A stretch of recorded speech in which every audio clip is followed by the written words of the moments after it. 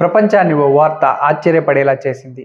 ఓ దేశం మరో దేశ అధ్యక్షుణ్ణి యుద్ధ విమానాలతో దాడి చేసి ఎత్తుకెళ్లింది. అవును, మీరు విన్నది నిజమే. అగ్రరాజ్యంగా చలామణి అవుతున్న అమెరికా ఆర్థికంగా కొట్టుమిట్టాడుతున్న వెనుజులా అధ్యక్షుడు నికోలస్ మడురోను అదుపులోకి తీసుకొని అమెరికాకి తరలించింది. జనవరి 3వ తేదీ బాంబులతో నికోలస్ ఇంటిపై దాడి చేసి అతడిని అతడి భార్యని అదుపులోకి తీసుకొని ఆర్మీ విమానంలో అమెరికా తరలించారు.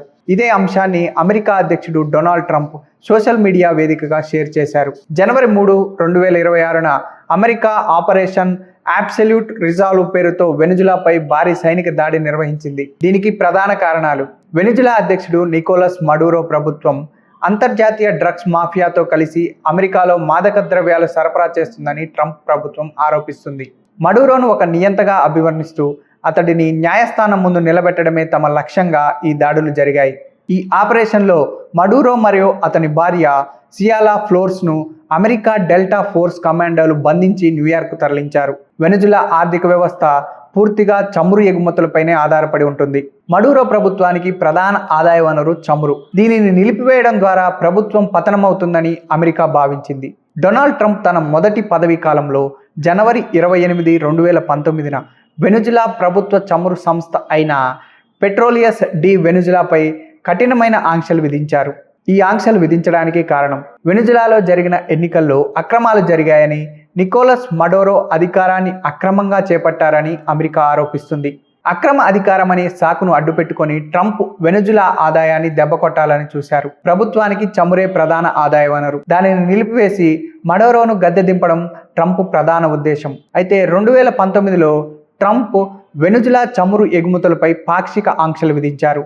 తాజాగా వాటిని కఠినతరం చేశారు. జనవరి 3, 2026న జరిగిన ఆపరేషన్ అబ్సల్యూట్ రిజాల్వ్ తర్వాత ట్రంప్ ప్రభుత్వం వెనుజులా చమురుపై సంపూర్ణ నిషేధాన్ని విధించింది. గతంలో చెవ్రాన్ వంటి సంస్థలకు మినహాయింపు ఉండేది, కానీ తాజా దాడుల తర్వాత వెనుజులా నుండి ఒక్క చుక్క చమురు కూడా అంతర్జాతీయ మార్కెట్లోకి రాకూడదని అమెరికా ఆదేశించింది. వెనుజులాతో చమురు వ్యాపారం చేసే ఏ దేశం లేదా కంపెనీ అయినా అమెరికా ఆంక్షలను ఎదుర్కోవాల్సి ఉంటుందని ట్రంప్ హెచ్చరించారు. ఈ ఆంక్షల వలన వెనుజులాలో ఆర్థిక సంక్షోభం ఏర్పడింది.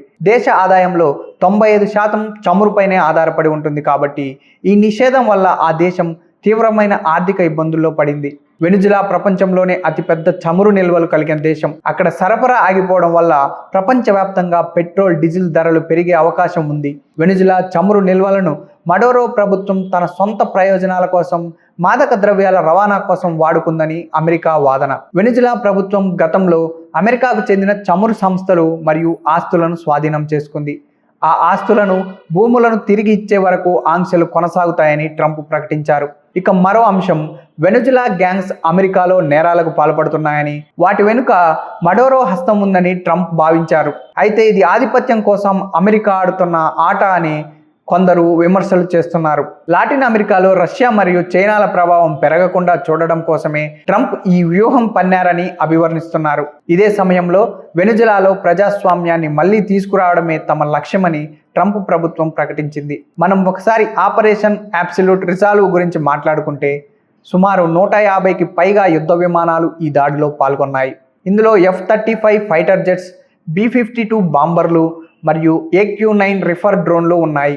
కరేబియన్ సముద్రంలో 3 భారీ విమానవాహక నౌకలు మరియు గైడెడ్ మిసైల్ డిస్ట్రాయర్లను మోహరించింది. జనవరి 3న జరిగిన బాంబు దాడుల్లో కనీసం 40 మంది వెనుజులా సైనికులు మరియు పౌరులు మరణించినట్లు ప్రాథమిక నివేదికలు చెబుతున్నాయి. 2025 సెప్టెంబర్ నుంచి జరిగిన డ్రగ్స్ బోట్లపై దాడుల్లో సుమారు 115 మంది వరకు మరణించినట్లు తెలుస్తుంది. ఈ ఆపరేషన్లో అమెరికా సైనికులు ఎవరూ చనిపోలేదని, కేవలం 2 గాయపడ్డారని ట్రంప్ ప్రకటించారు.